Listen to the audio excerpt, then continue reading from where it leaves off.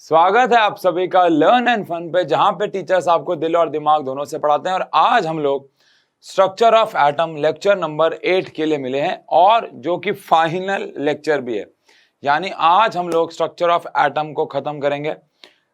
बहुत टाइम से ही चैप्टर चल रहा है, 7 लेक्चर इसके हो चुके हैं और आज फाइनली इसका 8वां और आखिरी लेक्चर भी है।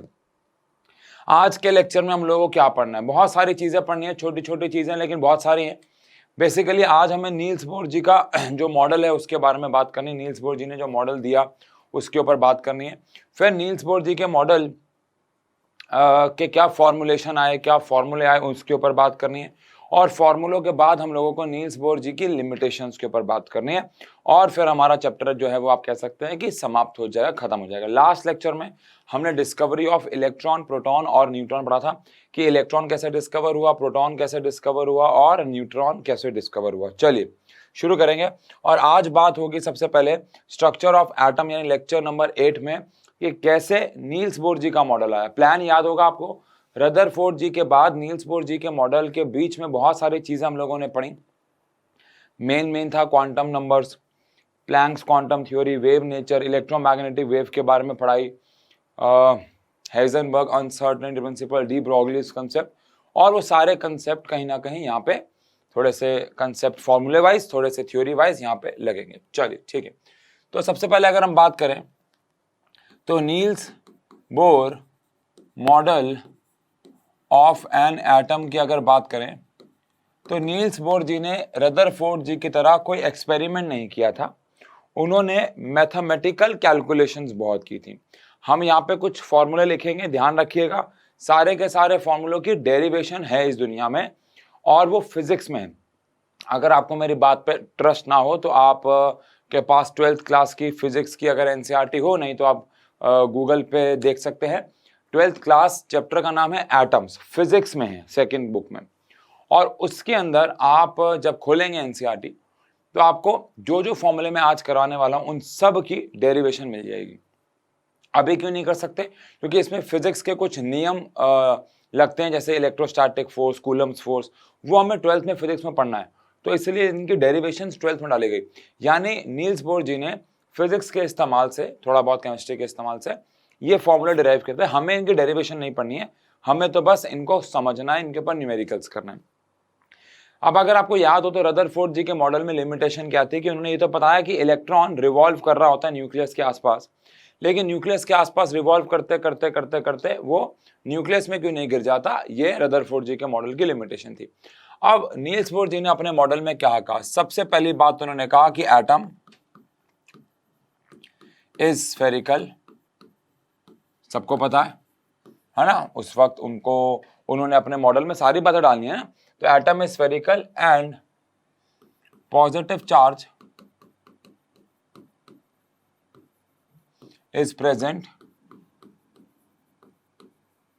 inside nucleus, जो कि सेंटर पे, whereas नेगेटिव चार्ज यानी कि इलेक्ट्रॉन्स रिवॉल्व अराउंड न्यूक्लियस। ठीक है, ये कोई नई बात तो थी नहीं, तो ये तो जो पॉइंट था ये पुराना ही था। बट सेकंड पॉइंट की अगर बात करें, electrons revolve around nucleus in electrons revolve around nucleus in fixed orbits called shells और स्टेशनरी ऑर्बिट्स। इलेक्ट्रॉन्स न्यूक्लियस के आसपास ऐसे ही कहीं पे भी नहीं घूम रहे होते हैं। इलेक्ट्रॉन्स न्यूक्लियस के आसपास फिक्स्ड शेल्स में घूम रहे होते हैं। उन्हें ऑर्बिट्स कहा जाता है या फिर उन्हें शेल्स कहा जाता है, बात एक ही है। उन्हें स्टेशनरी ऑर्बिट्स या फिर उन्हें स्टेशनरी शेल्स कह दिया जाता है, या सिर्फ शेल्स भी कह देते हैं। जैसे कि आप सबको पता ही है कि L M N ऐसे ऐसे करके उन्होंने शेल्स दिए।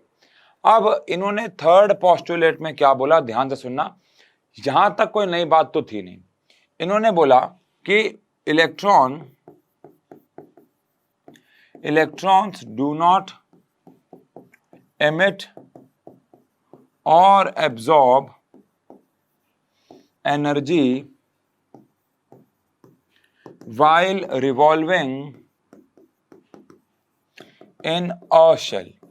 एक शेल में घूमते हुए इलेक्ट्रॉन ना तो एनर्जी रिलीज करेगा ना ही एनर्जी एब्जॉर्ब करेगा। इन्होंने एक फॉर्मूला भी दिया, अभी हम लिख रहे हैं, प्रूफ भी कर रहे हैं।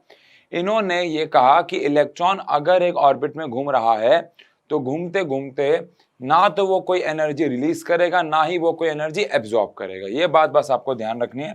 और इन्होंने एक इलेक्ट्रॉन के लिए एनर्जी का फॉर्मूला भी डिराइव किया। अगर एक इलेक्ट्रॉन एक ऑर्बिट में घूम रहा है तो उसकी एनर्जी कितनी होगी, आंसर आया -13.6 Z²/n²। और ये जो आंसर आया वो आंसर आया इलेक्ट्रॉन वोल्ट में।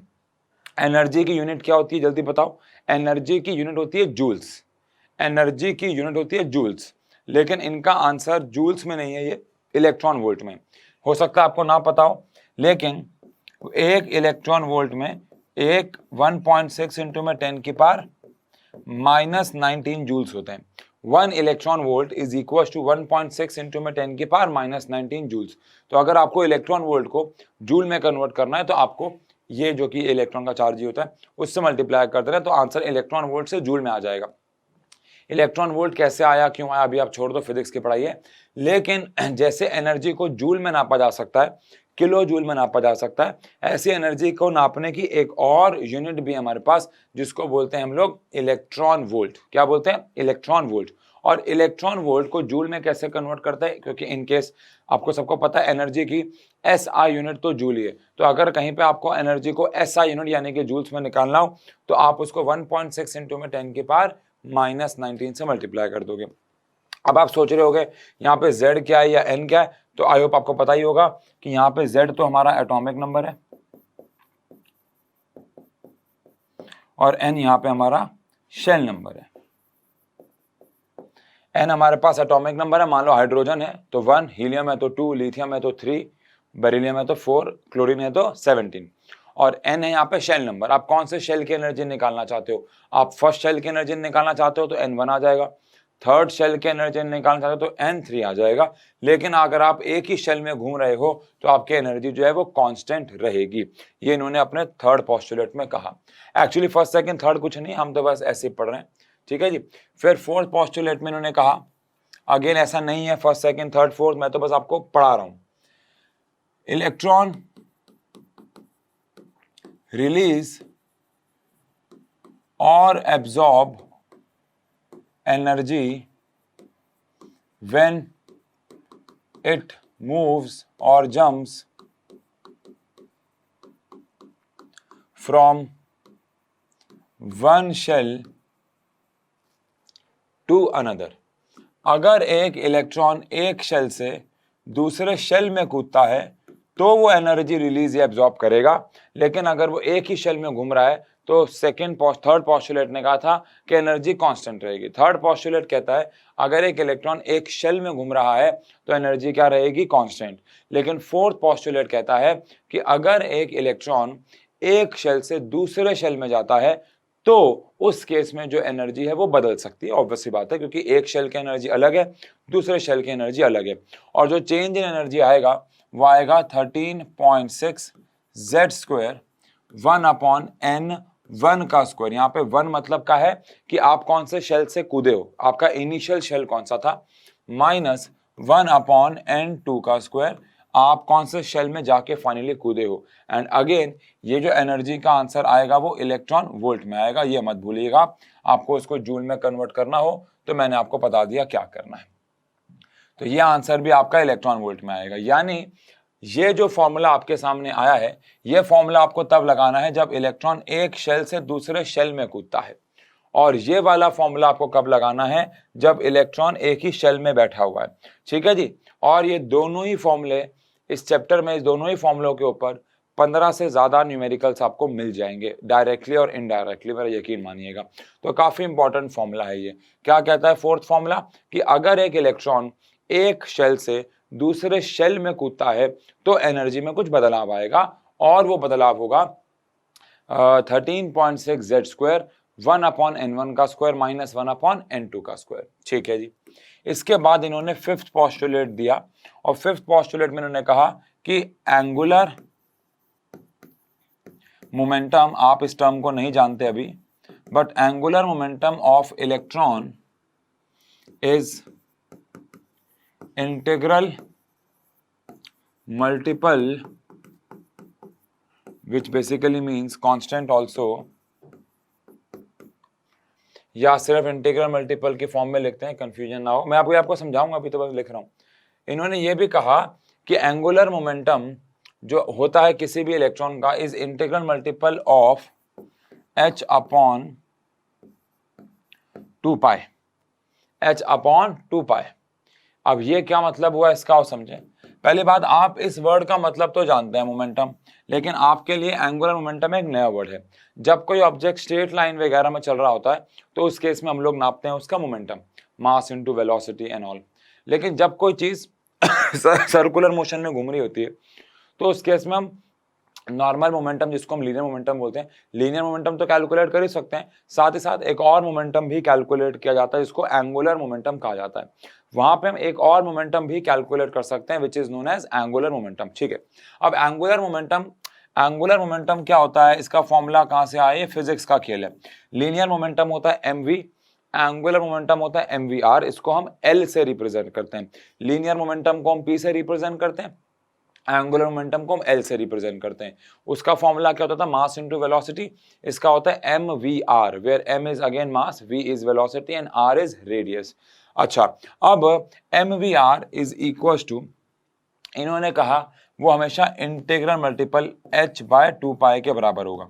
इंटीग्रल मल्टीपल का मतलब इंटीजर का मल्टीपल होगा h/2π के। और अगेन इन्होंने सिर्फ ये बोला नहीं, ये प्रूव भी किया, ये साबित भी किया कि जो एंगुलर मोमेंटम होगा वो nh/2π होगा। अभी आपको लग रहा होगा इसका क्या करना है। पहली बात तो इसके ऊपर पूरी एनसीईआरटी में एक भी न्यूमेरिकल नहीं है, इसीलिए 11th का बच्चा अक्सर ये फॉर्मूला भूल ही जाता है क्योंकि उसको यूज में ही नहीं आता है।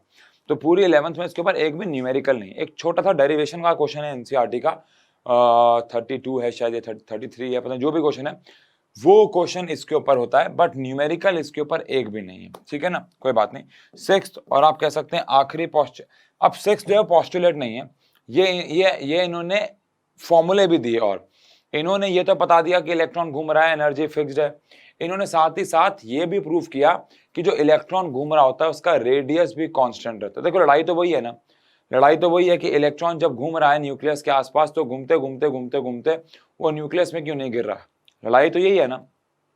तो इस लड़ाई को इन्होंने कैसे हल किया, इसको कैसे ठीक किया, इन्होंने रेडियस का फॉर्मूला निकाला एक इलेक्ट्रॉन के लिए, कि अगर एक इलेक्ट्रॉन एक शेल में घूम रहा होगा तो उसका रेडियस का फॉर्मूला क्या आएगा, और उन्होंने साबित किया कि रेडियस भी कांस्टेंट रहता है। जैसे इन्होंने इस फॉर्मूले से साबित किया कि एनर्जी कांस्टेंट होती है एक शेल की क्योंकि z और n कांस्टेंट होता है, ऐसे इन्होंने रेडियस का फॉर्मूला भी निकाला, और radius of electron in an orbit, actually radius of electron, आप गलत मैसेज मत लेना, ये radius of motion of electron है, तो उसको ऐसे लिख देते हैं कि रेडियस ऑफ ऑर्बिट जिसमें इलेक्ट्रॉन घूम रहा है, बात एक ही है।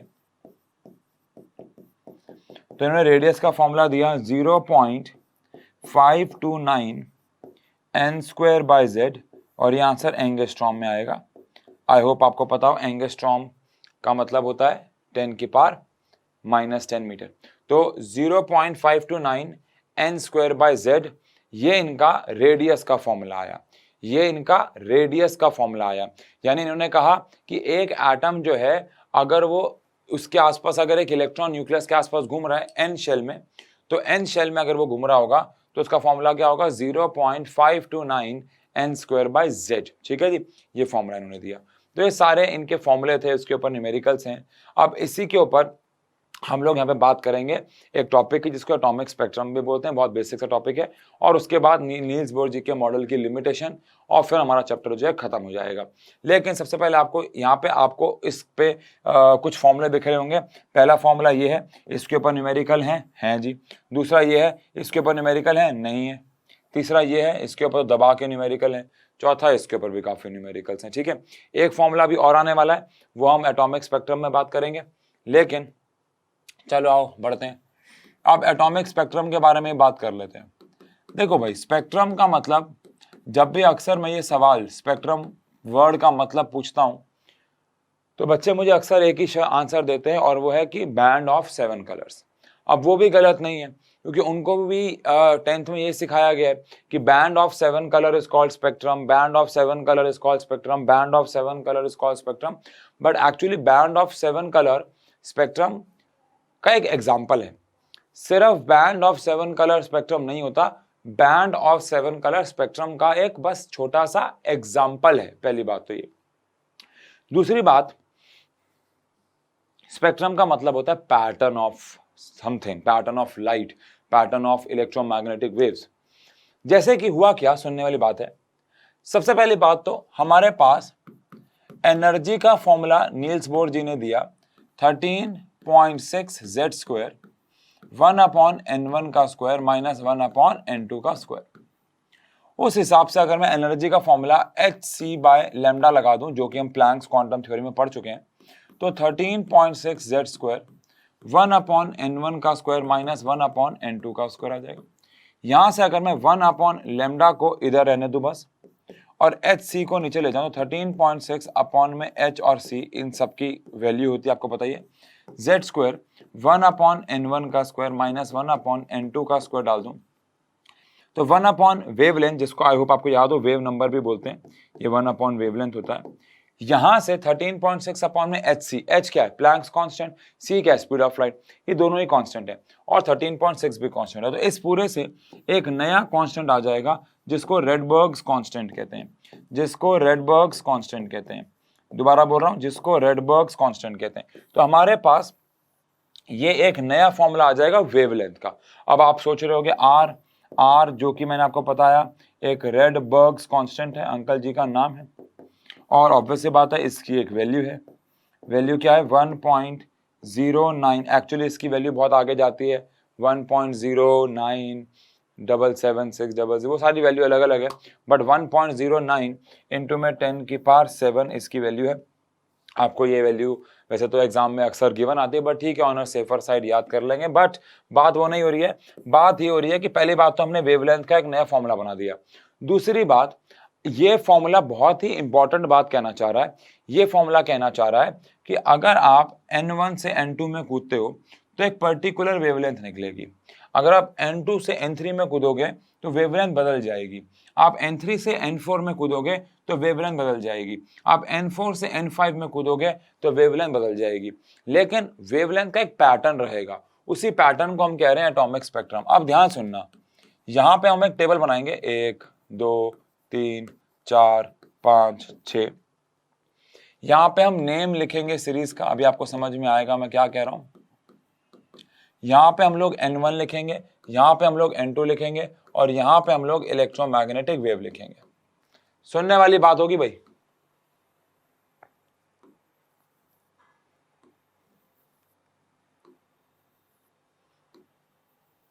अब अगेन ये बात आप भी जानते हैं, एनसीईआरटी में टेबल बनी हुई है, मुझे कट करने में और पेस्ट करने में 5 सेकंड लगेंगे, बनाने में लगेंगे 5 मिनट।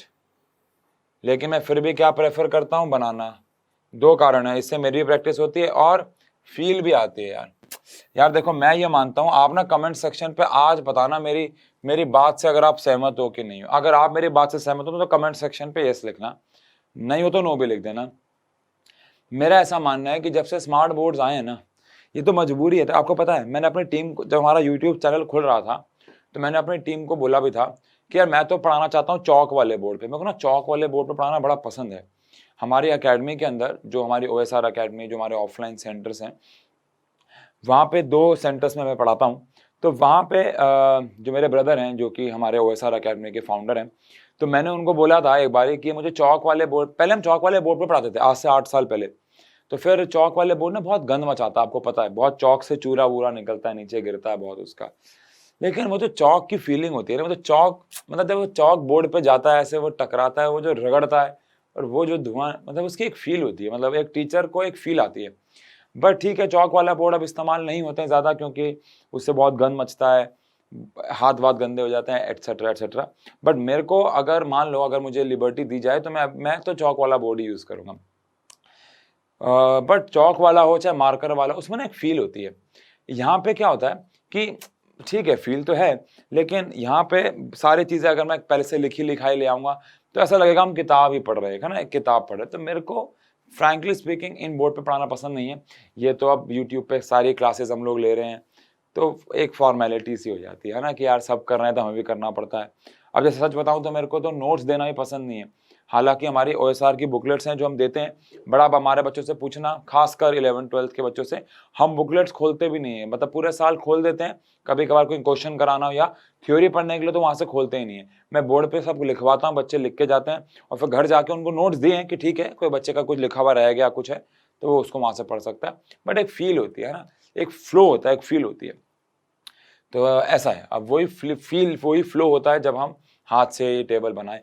चलो कोई बात नहीं, हो क्या रहा है समझते हैं, हो क्या रहा है समझते हैं। अगर मैं फर्स्ट शेल से कूदा और मैं कहाँ गया, सेकंड में गया, थर्ड में गया, फोर्थ में गया, फिफ्थ में गया, कहीं पे भी गया। मैं सेकंड से कूदा, थर्ड में गया, फोर्थ में गया, फिफ्थ में गया, सिक्स्थ में गया, कहीं पे भी गया। ऐसे मैं थर्ड से कूदा, फोर्थ, फिफ्थ, सिक्स्थ, सेवंथ। ऐसे मैं फोर्थ से कूदा, फिफ्थ से कूदा, सिक्स से कूदा, कहाँ गया, 5 में, 6 में, 7 में, 8 में, 6 में, 7 में, 8 में, 9 में, 7 में, 8 में, 9 में। बच्चे कहते हैं इतने शेल होते भी हैं कि अरे शेल तो कितने मर्जी ले लो, शेल तो इमेजिनरी है, आप एक न्यूक्लियस के आसपास 50 शेल ले लो, उससे क्या फर्क पड़ रहा है। अच्छा, अब होगा क्या, ध्यान सुनना। अगर एक इलेक्ट्रॉन फर्स्ट शेल से सेकंड शेल में जाएगा तो एक पर्टिकुलर वेवलेंथ आएगी, और मैंने वो कहा था एनसीईआरटी में एक टेबल बनी हुई है जहां पे 7-8 प्रकार की इलेक्ट्रोमैग्नेटिक वेव लिखी हुई है, आप प्लीज अभी जाके खोल लो उसको चाहे। हर एक यूनिक वेवलेंथ पे एक यूनिक इलेक्ट्रोमैग्नेटिक वेव होती है। तो क्या ऑब्जर्व किया गया कि जब इलेक्ट्रॉन पहले शेल से कूदता है तो जो इलेक्ट्रोमैग्नेटिक वेव निकलती हैं वो होती हैं अल्ट्रा वायलेट रेज। जब एक इलेक्ट्रॉन पहले शेल से कूदता है और कहीं पे भी जाता है तो उस केस में जो इलेक्ट्रोमैग्नेटिक वेव बनाता है वो कौन सी होती है, ultra violet rays. Second shell से कूदकर जब भी बनाता है वो होती है इंफ्रारेड। थर्ड ऑनवर्ड्स फिर आती है हमारे पास, सॉरी सेकेंड से आती है विजिबल, सेकेंड से आती है विजिबल। सेकेंड शेल से कहीं पे भी कूदेगा तो आएगी विजिबल, थर्ड से कूदेगा तो आएगी इंफ्रारेड, एंड अगेन अब सब में इंफ्रारेड ही आती है इसके बाद। यानी अगर एक इलेक्ट्रॉन पहले शेल से कूद के कहीं पे भी जाता है तो इट विल एब्जॉर्ब एनर्जी, और फिर वो जब कूद के वापस अपने फर्स्ट शेल पे आएगा it will radiate visible radiation, ultraviolet in the case of first shell. Second से कूदेगा तो विजिबल, थर्ड से आएगा तो इंफ्रा, फोर्थ से आएगा इंफ्रा, फिफ्थ से आएगा, यानी कि इसको ऐसा याद कर सकते हो आप, ultraviolet, visible, infra, infra, infra, ultraviolet, visible, infra, infra, infra, ultraviolet, visible, infra, infra, infra. मैं क्लास में हमेशा बोलता हूँ it is just like a Tony Kakkar song, है ना, ध्यान सुनो आप, ultraviolet, visible, infra, infra, infra. Kurta pyjama, kurta pyjama, काला काला काला काला, it is just like that.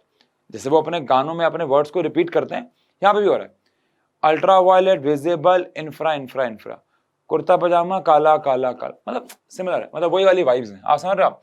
अब नेम ऑफ सीरीज की अगर बात करें तो यहाँ पे अलग अलग साइंटिस्ट के नाम पे, अलग अलग रिसर्चर्स के नाम पे इन सीरीज को दिया गया।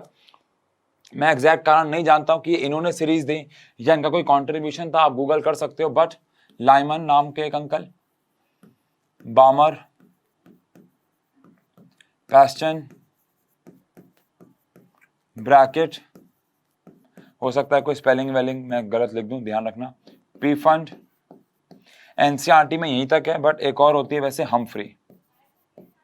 एनसीईआरटी में एक और होती है बच्चों जिसको हम बोलते हैं हम्फ्री। तो लाइमन सीरीज बोलेंगे अगर इलेक्ट्रॉन फर्स्ट से कूदा, बामर सीरीज बोलेंगे अगर सेकंड से कूदा, पेस्टन, ब्रैकेट, पीफन, हम्फ्री। इसको भी याद करने का एक तरीका होता है वैसे तो, low blood pressure high, low blood pressure high. तो उस तरीके से आप उसे याद कर सकते हो, कोई दिक्कत वाली बात नहीं है। आगे बढ़ते हैं, ठीक है जी। इसके ऊपर क्वेश्चन कैसे आएंगे वो आप जब पढ़ोगे समझोगे।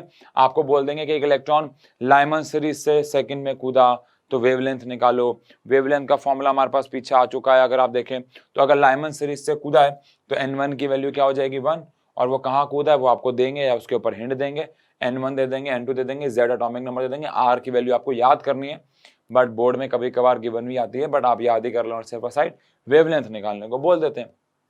तो this is basically known as atomic spectrum, इसको हम लोग एटॉमिक स्पेक्ट्रम बोलते हैं। ओके, कैसे क्वेश्चन आएंगे दोबारा बोला, ऐसे बोल देंगे कि बामर सीरीज में इलेक्ट्रॉन घूम रहा है, और अगर इलेक्ट्रॉन बामर सीरीज में घूम रहा है और वो इन्फानाइट में चला गया, शेल से बाहर चला गया, तो बामर सीरीज में अगर कूद रहा है, घूम रहा है, तो n1 क्या होगा उसके लिए 2, क्योंकि लाइमन बामर के लिए क्या है 2 है, और वो एटम से बाहर चला गया तो इन्फानाइट पर चला गया, तो n2 क्या लेंगे इन्फानाइट, वैल्यू पुट करके सॉल्व कर देंगे। यस, कभी कभी ऐसे बोलते हैं इलेक्ट्रॉन बामर से पेस्टन में कूद गया, तो वो n की वैल्यू उसके हिसाब से चेंज हो जाएगी। ठीक है जी। एटॉमिक स्पेक्ट्रम, स्पेक्ट्रम क्यों बोल रहे हैं सुनो, स्पेक्ट्रम का मतलब क्या है पैटर्न, स्पेक्ट्रम का मतलब क्या है फिक्स्ड पैटर्न। अब यहाँ पे भी देखो एक फिक्स्ड पैटर्न है, कैसे पैटर्न है, अल्ट्रा वायलेट, विजिबल, इंफ्रा, तो यही पैटर्न फॉलो हो रहा है, और पैटर्न को हम लोग स्पेक्ट्रम बोलते हैं। तो इसलिए मैंने कहा कि हमारे लिए गलत फहमी ना हो, तो स्पेक्ट्रम का मतलब सिर्फ बैंड ऑफ 7 कलर्स नहीं होता है, स्पेक्ट्रम का मतलब होता है कोई भी एक फिक्स्ड पैटर्न का फॉलो होना इज कॉल्ड स्पेक्ट्रम। ठीक है ना, is called spectrum. Okay, cool है। अब हम यहां पे बात करेंगे limitations of Niels Bohr model. Niels Bohr ji के मॉडल की क्या लिमिटेशंस हैं,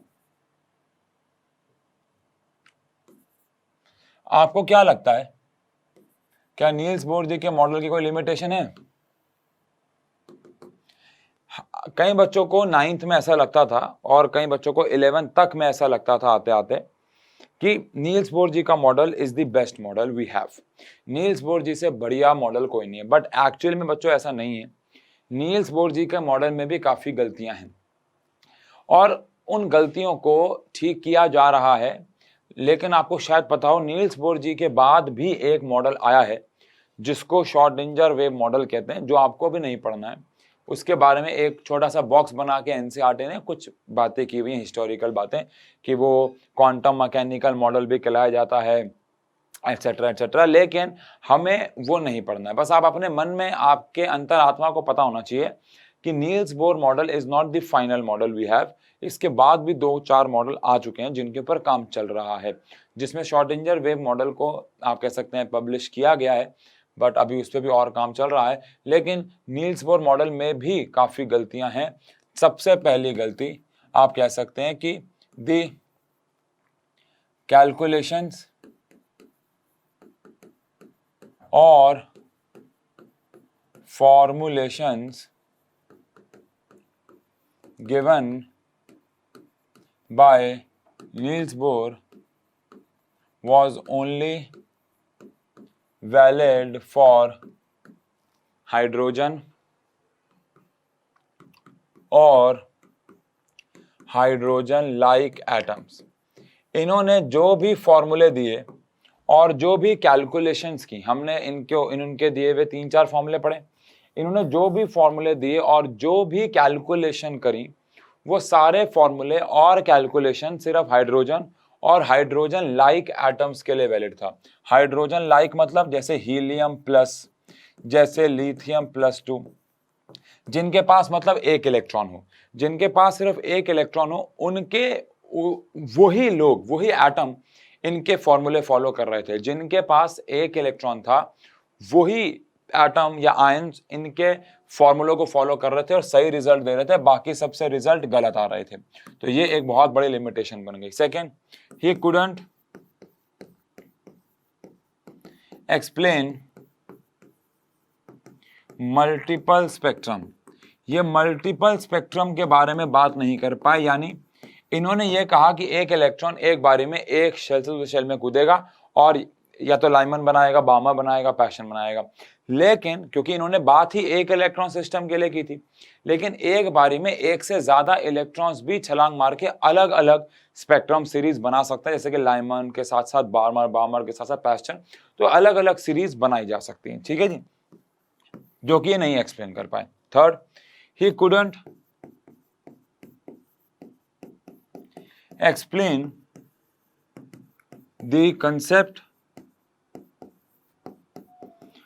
of photoelectric effect and Heisenberg's uncertainty principle। अब आप कहोगे ये क्या बात हुई? देखो, ये आप कह रहे हो कि मैं एक ऐसा मॉडल दे रहा हूं जो एटम के बारे में सब कुछ बता देगा, है ना? आप कह रहे हो कि मैं एक ऐसा मॉडल दे रहा हूं जो एटम के बारे में हमें कंप्लीट नॉलेज दे देगा, हमें सब कुछ बता देगा। यही तो बात हो रही है। अब अगर आप कह रहे हो कि मैं एक ऐसा मॉडल दूंगा जो एटम के बारे में सब कुछ बता देगा, तो कॉमन सेंस ये कहती है कि आपको हर चीज बतानी है, जिसमें यह भी आता है कि जब एक एटम फोटो इलेक्ट्रिक इफेक्ट कर रहा है तो वो क्यों कर रहा है। ऐसा नहीं है कि देखो, इनसे जब पूछा गया कि फोटो इलेक्ट्रिक इफेक्ट का क्या रीजन है, तो ये नहीं एक्सप्लेन कर पाए, और ना ही ये एक्सप्लेन कर पाए कि हम एक माइक्रोस्कोपिक बॉडी का मोमेंटम और पोजीशन एक साथ क्यों नहीं निकाल सकते, जिसकी वजह से इनकी लिमिटेशन बन गई। ठीक है ना, ध्यान से समझिएगा। Again, he couldn't explain about Zeeman and Stark effect. अब जीमन और स्टार्क इफेक्ट क्या होता है, आप चाहो तो कहीं पे लिख लेना। जीमन इफेक्ट का मतलब होता है breakdown of electromagnetic waves in the presence of magnetic field, और स्टार्क इफेक्ट का मतलब होता है breakdown of electromagnetic waves in the presence of electric field. जब इलेक्ट्रोमैग्नेटिक वेव्स को इलेक्ट्रिक फील्ड और मैग्नेटिक फील्ड के प्रेजेंस में रखा गया, तो उस केस में हमने क्या देखा कि वो टूट जाती हैं।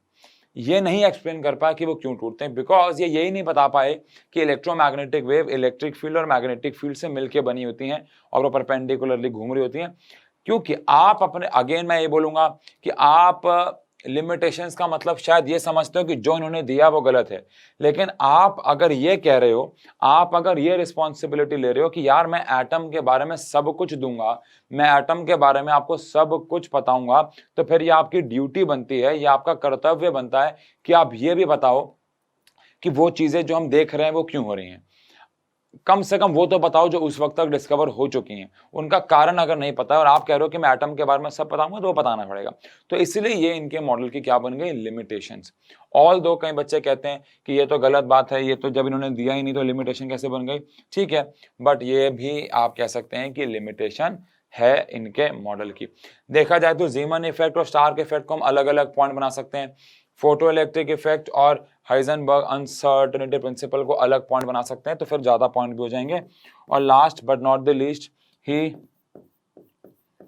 Couldn't explain the dual behaviour of radiations. ये रेडिएशंस का डुअल बिहेवियर नहीं समझा पाए, यानी कि डी ब्रॉगली जी ने समझाया ये वो नहीं समझा पाए। अब आप बताओ, ये वाला पॉइंट, ये वाला पॉइंट, ये वाला पॉइंट क्या आप समझ पाते? अगर हम सीधा रदरफोर्ड जी के बाद नील्स बोर पे आ जाते तो ऑब्वियस सी बात है नहीं। अगर हम सीधा रदरफोर्ड जी के मॉडल के बाद नील्स बोर जी के मॉडल पे आते तो हम ये पॉइंट कभी समझ ही ना पाते, है ना। तो इसीलिए पहले इनको समझना बहुत जरूरी है, तभी हमें नील्स बोर जी का मॉडल। अब हम आपको फोटो इलेक्ट्रिक इफेक्ट पढ़ा चुके हैं, हाइजेनबर्ग अनसर्टेनिटी प्रिंसिपल पढ़ा चुके हैं, जीमन इफेक्ट, स्टार्क इफेक्ट पढ़ा चुके हैं, तो ऑटोमेटिकली ये भी हमने पढ़ लिया। ठीक है जी, और फाइनली ये चैप्टर हमारा खत्म होता है। दो बातें करनी है आपसे। पहली बात ये कि हम जो हमने नीट का चैनल बनाया था उस पर अभी हम कुछ एक महीने से काफ़ी क्या कुछ डाला नहीं था, क्योंकि अभी हम डिसाइड कर रहे थे कि नीट 2023 कब से उस पर स्टार्ट करें। तो ये जो कमिंग वीक आ रहा है, कमिंग हफ्ता आ रहा है, उसमें आने वाले हफ्ते में हम लोग नीट 2023 यानी कि 2023 की तैयारी शुरू करा देंगे प्रॉपर तरीके से। तो अगर आप एक नीट एस्पिरेंट हैं या आप नीट की तैयारी करना चाह रहे हैं, आप 11th में, ऑब्वियस सी बात है, तो 11th और 12th दोनों की पढ़ाई वहाँ पे होती है।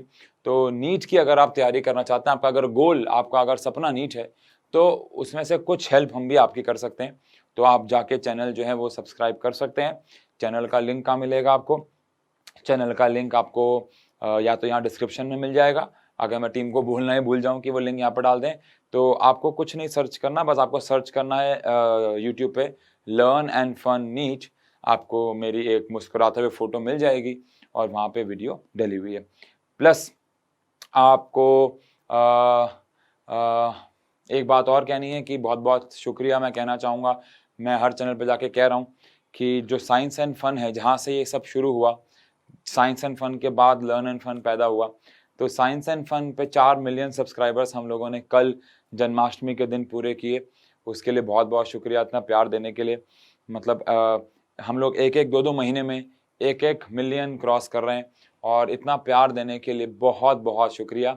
Thank you so much. ठीक है, अगला चैप्टर केमिस्ट्री का पीरियोडिक क्लासिफिकेशन शुरू करेंगे, लेकिन इसकी एनसीईआरटी काफ़ी ज़्यादा बड़ी है, इसके क्वेश्चंस इतने सारे हैं, कंसेप्ट्स इतने सारे हैं, 8 लेक्चर हमने यूट्यूब की क्लास में लिए हैं, तो आप समझ सकते हैं ये चैप्टर कितना ज़्यादा बड़ा है और लेंदी है। ऑफलाइन में वी टेक 16 लेक्चर्स, अगर आपको यकीन ना हो तो कैसे यकीन दिलाऊं मैं आपको, क्योंकि वहाँ पे क्रॉस क्वेश्चनिंग हो रही है, क्लास के अंदर क्वेश्चन से पूछ रहे हैं, बच्चे डाउट भी पूछ रहे हैं, तो वो ऑब्वियस सी बात है, जो बिलीवर्स बैच है और ऑफलाइन साथ ही चलता है, 16 लेक्चर्स वहाँ पे हुए हैं इसके। कम ऑन, चलिए मिलते हैं अगले लेक्चर में। Thank you so much, thank you.